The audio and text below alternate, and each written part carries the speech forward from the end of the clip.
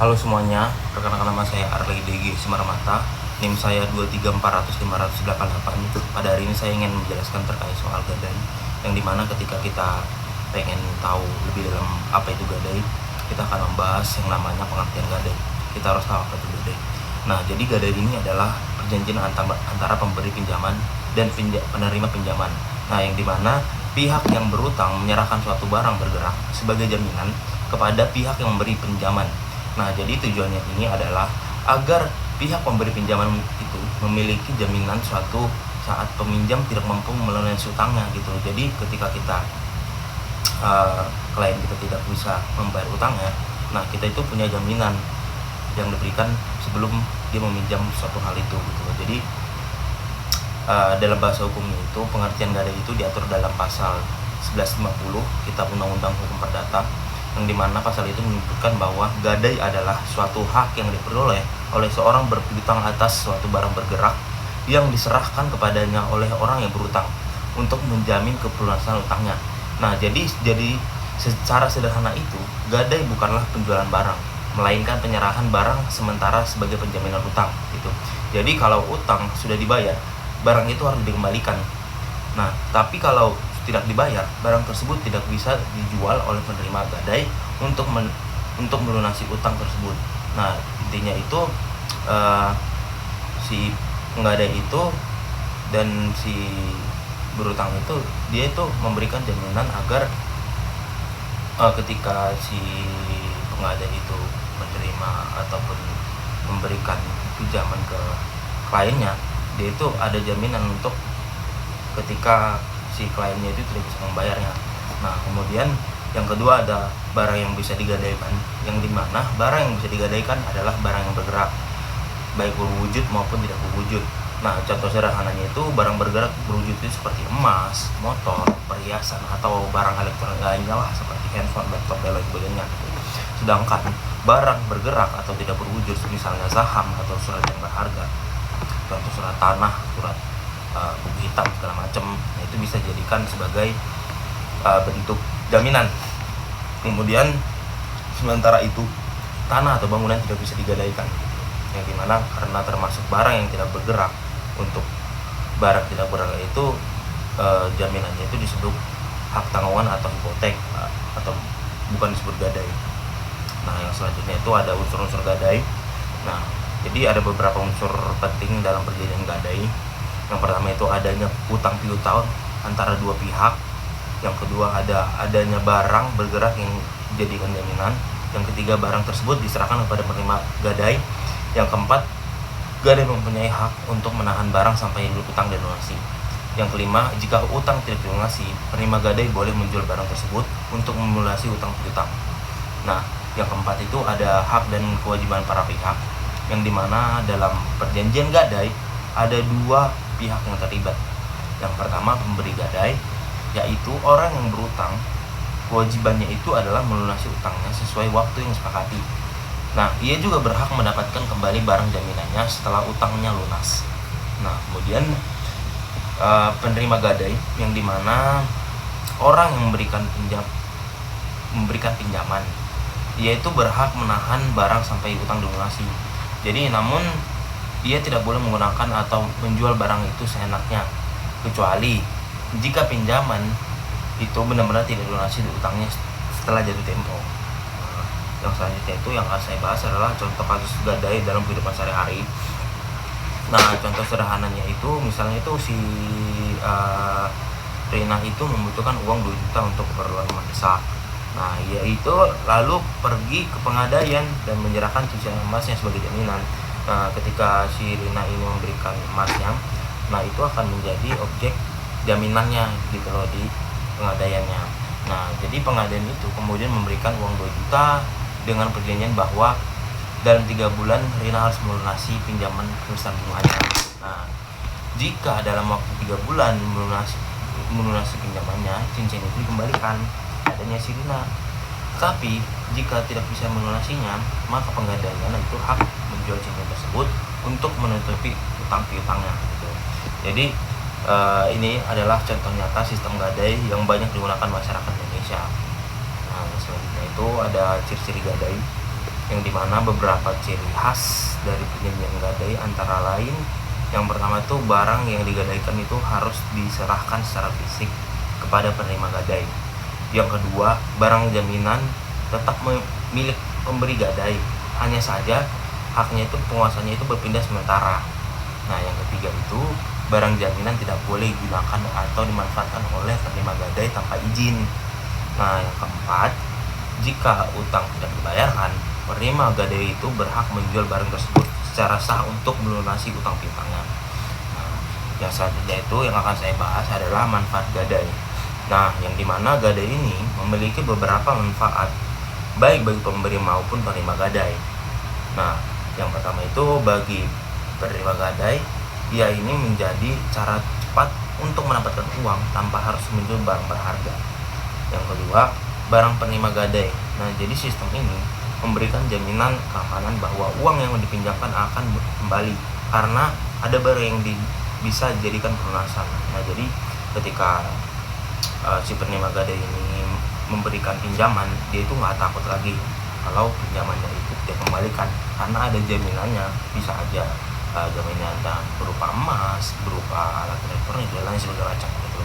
Jadi selain itu, sistem gadai juga membantu masyarakat menghadapi kebutuhan mendesak seperti biaya sekolah, pengobatan, atau modal usaha kecil tanpa harus mencari pinjaman yang rentenir seperti itu yang udah menjadi budaya di Indonesia gitu. Jadi kita tuh kalau minjam sesuatu, minjam uang pengen lebih cepat, kita langsung pengadaian, memberikan jaminan entah berupa alat elektronik, emas dan lain segala macam, dan kita akan mendapatkan pinjam itu dengan cepat gitu.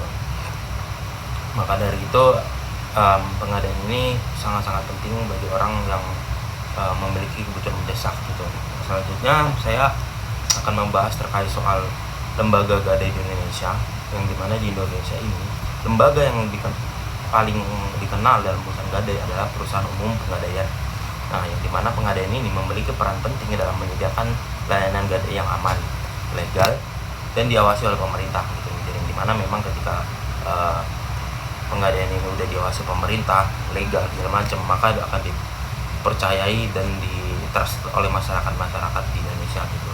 Jadi selain penggadaian, saat ini juga ada lembaga pembiayaan swasta yang menawarkan layanan serupa, tetapi tetap harus tunduk pada aturan hukum yang berlaku gitu. Jadi walaupun lembaga pembiayaan swasta, mereka itu tetap harus menaati aturan hukum yang berlaku, jadi tetap aman dan diawasi oleh pemerintah. Nah, yang selanjutnya saya akan bahas terkait soal dasar hukum dan peraturan tentang gadai di Indonesia. Nah, jadi selain diatur dalam KUH Perdata pasal 1150 sampai 1160, gadai juga diatur dalam beberapa peraturan lainnya, antara lain yang pertama tuh Peraturan Pemerintah Nomor 103 Tahun 2000 tentang Perusahaan Umum Pengadaian. Yang kedua, Peraturan Otoritas Jasa Keuangan atau OJK Nomor 31 garing PJOK POJK garing 05 garing 2016 tentang usaha pengadaian. Nah, yang ketiga itu ada Peraturan Menteri Keuangan Nomor 87 garing PMK 0110 garing 2021 yang mengatur tata cara menyelenggarakan usaha pengadaian gitu loh.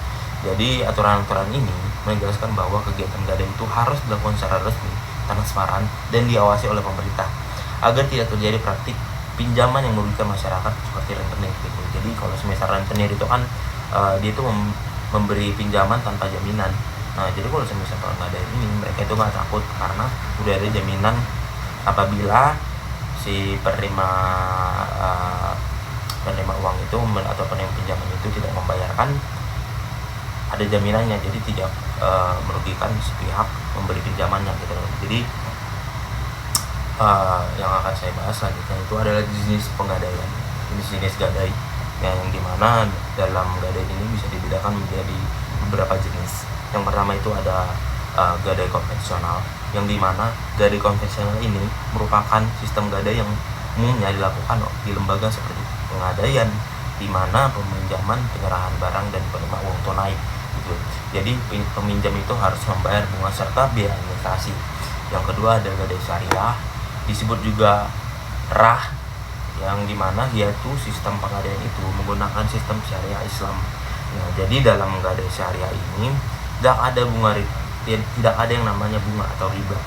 Tetapi penerima gadai itu boleh mengambil biaya pemeliharaan barang atau ujrah sebagai imbalan jasa gitu. Yang dimana memang ketika kita menggunakan gadai syariah ini itu harus menggunakan prinsip syariah Islam. Nah, yang ketiga itu ada gadai di luar lembaga resmi, yang dimana gadai ini sering dilakukan secara pribadi atau dua orang, yang dimana memang ketika meski sah secara hukum perdata, jenis gadai ini sebenarnya mempunyai risiko yang lebih tinggi karena tidak ada pengawasan resmi dan menimbulkan sengketa yang jika tidak ada bukti tertulis. Nah, jadi jenis gadai ini sangat-sangat berisiko ketika kita menggunakannya gitu. Yang selanjutnya itu ada prosedur gadai di lembaga resmi, yang dimana proses gadai di lembaga resmi seperti pengadaian umumnya melakukan beberapa tahap. Yang pertama itu penilaian barang atau apresial, yang dimana barang yang ingin digadaikan dinilai oleh petugas untuk menentukan harga taksir dan besarnya pinjaman yang bisa diberikan. Yang kedua itu penandatangan perjanjian gadai, yang dimana setelah disepakati, nasabah menandatangani perjanjian yang berisi pinjaman, jangka waktu, bunga, dan ketentuan pelunasan. Nah, yang ketiga itu ada penyerahan barang dan pencairan dana, yang dimana memang barang diserahkan kepada jaminan dan uang pinjaman diberikan secara tunai atau transfer gitu. Yang keempat itu ada pelunasan atau lelang barang, yang dimana jika nasabah melunasi tepat waktu, barang dikembalikan. Nah, tapi kalau tidak, barang akan dilelang secara sah untuk menutupi pinjaman. Nah, jadi kalau misalnya dia nggak bisa bayar, maka si pihak pinjamannya ini akan menjualnya lagi barangnya dengan cara yaitu digadai dengan harga tertinggi. Nah, kemudian ada perbedaan gadai dengan fidusia. Nah, jadi banyak orang sering menyamakan dengan jaminan fidusia, padahal sebenarnya keduanya berbeda. Nah, yang perbedaannya itu di gadai itu dalam aspeknya dulu. Objek jaminannya itu kalau gadai itu barangnya bergerak dan diserahkan secara fisiknya. Nah, sedangkan di fidusia ini barang bergerak yang tetap dikuasai oleh debitur. Nah, itu bedanya. Nah, yang selanjutnya itu ada dasar hukumnya. Nah, jadi dasar hukumnya juga berbeda. Jadi kalau semisal di gadai itu dasar hukumnya itu terdapat di pasal 1150 sampai 1160 di KUH Perdata. Sedangkan di fidusia itu di Undang-Undang Nomor 42 Tahun 1999 tentang jaminan fidusia. Dan kemudian di penguasaan barang. Nah, jadi di gadai ini barang itu dipegang oleh kreditur, sedangkan di fidusia ini barang itu tetap dipegang oleh debitur.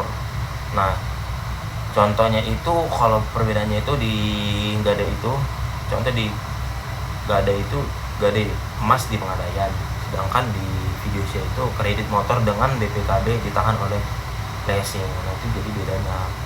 Nah, jadi perbedaan utamanya itu terletak pada siapa yang memegang barang jaminan. Jadi dalam gadai itu kan barangnya harus diserahkan, sementara di fidusia barangnya tetap digunakan oleh pemilik.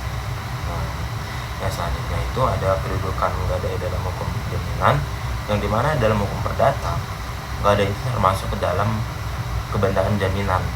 Artinya hak yang melekat langsung pada suatu benda dan dapat diikuti kemanapun benda itu berpindah.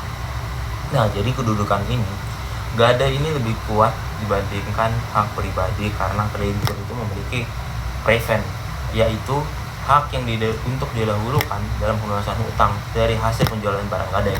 Nah, jadi contohnya itu jika debitur bangkrut, maka penerima gadai itu berhak lebih dulu mengambil pelunasan dari hasil penjualan barang gadai dibandingkan kreditur lainnya. Nah, jadi akibat hukum jika debitur itu investasi.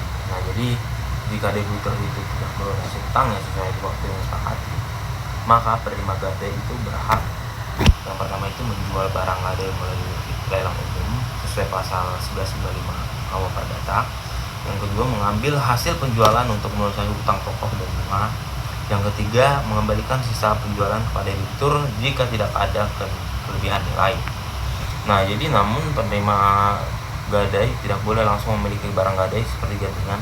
Hal itu dilarang oleh pasal 1156 KUH Perdata. Nah, jadi harus dilakukan melalui proses penjualan, bukan pengambilan. Nah, selanjutnya itu ada risiko dan sengketa dalam pengadaian. yang dimana dalam praktiknya bisa timbul beberapa masalah hukum seperti barang gadai hilang atau rusak saat berada di tangan penerima gadai. Kemudian dalam hal ini penerima gadai itu dapat bertanggung jawab menggantikan kerugian karena berkewajiban menjaga barang dengan baik. Nah, yang selanjutnya itu dalam praktiknya itu biasa ada debitur itu menuduh penerima gadai itu menjual barang tanpa proses lelang. Nah, jadi hal ini dapat menimbulkan gugatan perdata bahkan pidana jika terbukti ada penipuan di dalamnya. Gitu. Jadi karena itu setiap perjanjian gadai sebaiknya dibuat secara tertulis atau disertai bukti penyerahan barang agar memiliki kekuatan hukum. Nah, jadi kalau misal kita ingin melakukan perjanjian gadai, buatlah perjanjiannya secara tertulis, jangan secara lisan karena proses hukumnya itu akan lebih rumit. Nah, kemudian saya akan membahas terkait soal contoh kasusnya nyatanya lagi. Nah, terkait soal gadai. Nah, jadi misalnya orang nasabah menggadaikan motor di sebuah lembaga keuangan dan bank. Ia melunasi barang pinjaman dalam waktu yang disepakati. Lembaga itu lalu menjual motor tanpa memberi tahuan dan lelang tanpa resmi. Jadi tindakan tersebut tidak sah secara hukum karena melanggar pasal 1195 KUH Perdata yang mewajibkan penjualan dilakukan melalui jalan umum. Jadi kasus seperti ini sering muncul di pengadaian, ya. Dan biasanya putusan hakim itu memerintahkan lembaga gadai untuk mengembalikan kelebihan hasil penjualan atau menggantikan kerugian. Nah, selanjutnya itu akan saya bahas terkait soal nilai sosial dan ekonomi dari sistem gadai. Nah, jadi sistem gadai ini memiliki peran penting dalam perekonomian masyarakat, terutama bagi kalangan menengah ke bawah.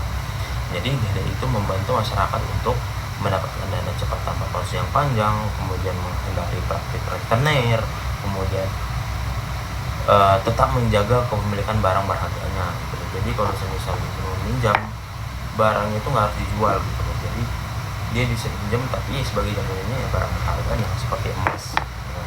Nah, jadi dalam pengawasan pemerintah dan lembaga resmi seperti Forum Pengadaian, sistem ini menjadi alat keuangan mikro yang legal dan aman. Nah, jadi kesimpulan akhirnya, jadi dari semua penjelasan saya tadi dapat disimpulkan bahwa gadai adalah bentuk perjanjian jaminan yang sederhana tetapi sangat penting.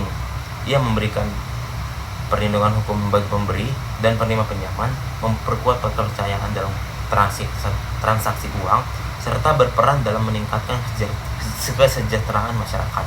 Nah, jadi agar tidak terjadi penyalahgunaan, setiap kegiatan gadai itu harus dilakukan secara transparan, tertulis, sesuai ketentuan hukum yang berlaku. Nah, jadi dapat kita lihat bahwa gadai ini sebenarnya bukan hanya soal pinjam uang dan jaminan barang, tetapi menyangkut kepercayaan, tanggung jawab, dan kepastian hukum antara kedua belah pihak. Nah, jadi dengan memahami hukum gadai yang seperti ini dengan baik, menurut saya kita bisa memanfaatkan sistem ini dengan bijak tanpa merugikan diri sendiri maupun orang lain. Jadi mungkin itu saja yang bisa saya jelaskan terkait soal gadai. Ya, sekian dari hasil diskusi saya. Terima kasih.